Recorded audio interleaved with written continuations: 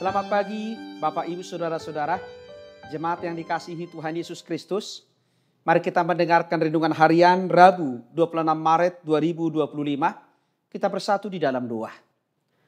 Kasih karunia dan damai sejahtera dari Allah Bapa kiranya menerangi hati dan pikiran saudara-saudara di dalam nama Yesus Kristus Tuhan kita.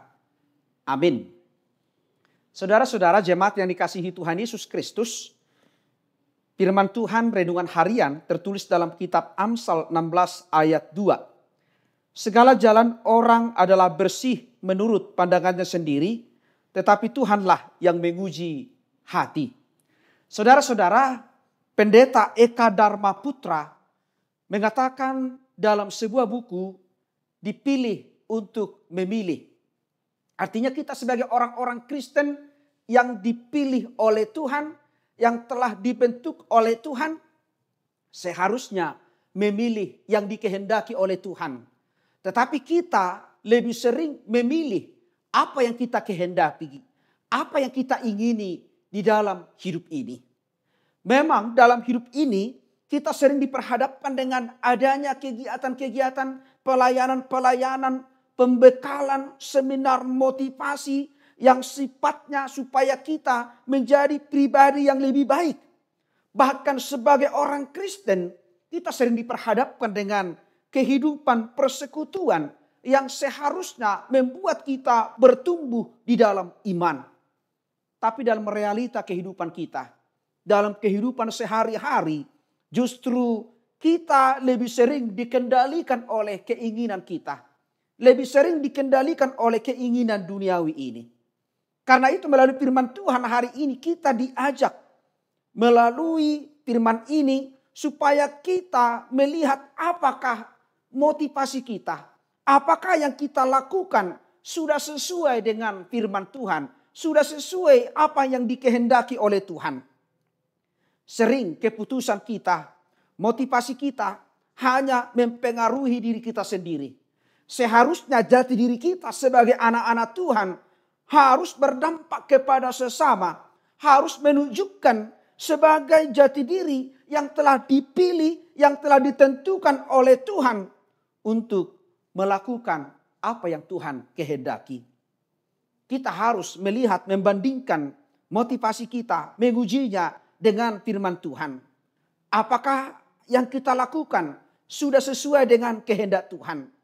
Jangan kita hanya membawa di dalam perasaan hati kita yang menurut kita benar, tetapi apakah sudah benar menurut firman Tuhan? Sudah benar menurut apa kata Tuhan? Karena itu kita harus melihat kembali motivasi kita di dalam melakukan segala sesuatu. Di dalam pekerjaan kita, di dalam pelayanan kita, di dalam hubungan kita dengan sesama. Karena Tuhan dapat melihat hati kita. Maka hendaknya kita menguji motivasi kita dan perbuatan kita berdasarkan firman Tuhan. Kita selalu diingatkan di dalam Kolose 3 ayat 23. Supaya kita memberikan yang terbaik. Apapun yang kita perbuat, perbuatlah dengan segenap hatimu. Seperti untuk Tuhan, bukan untuk manusia. Karena itu tetaplah melakukan yang baik, tetaplah berbuat yang baik. Karena Tuhan tahu hati kita, motivasi kita senantiasa menghadirkan suasana Tuhan, kebaikan Tuhan menjadi saksi Kristus di tengah-tengah kehidupan kita melalui sesama kita. Kiranya Tuhan memberkati kita, mengingatkan kita sebagai pilihannya untuk memilih dan melakukan apa yang Tuhan kehendaki. Amin, kita bersatu dalam doa. Terima kasih Bapa di sorga atas firman-Mu yang telah mengingatkan kami untuk senantiasa memiliki motivasi yang benar yang Tuhan kehendaki dalam menjalani hidup ini. Berkati kami semua Tuhan, orang-orang yang percaya jemaat-Mu untuk selalu berorientasi kepada firman Tuhan. Kau telah memilih kami, tentu memilih apa yang Tuhan kehendaki, melakukan apa yang Tuhan inginkan. Berkati kami semua Tuhan, menjadi saksi-Mu, menjadi alat Tuhan untuk melakukan yang baik di tengah-tengah kehidupan kami. Sekalipun hidup kami penuh dengan pergumulan tantangan, tetapi Engkau selalu menghadirkan sukacita, kebaikan kepada kami.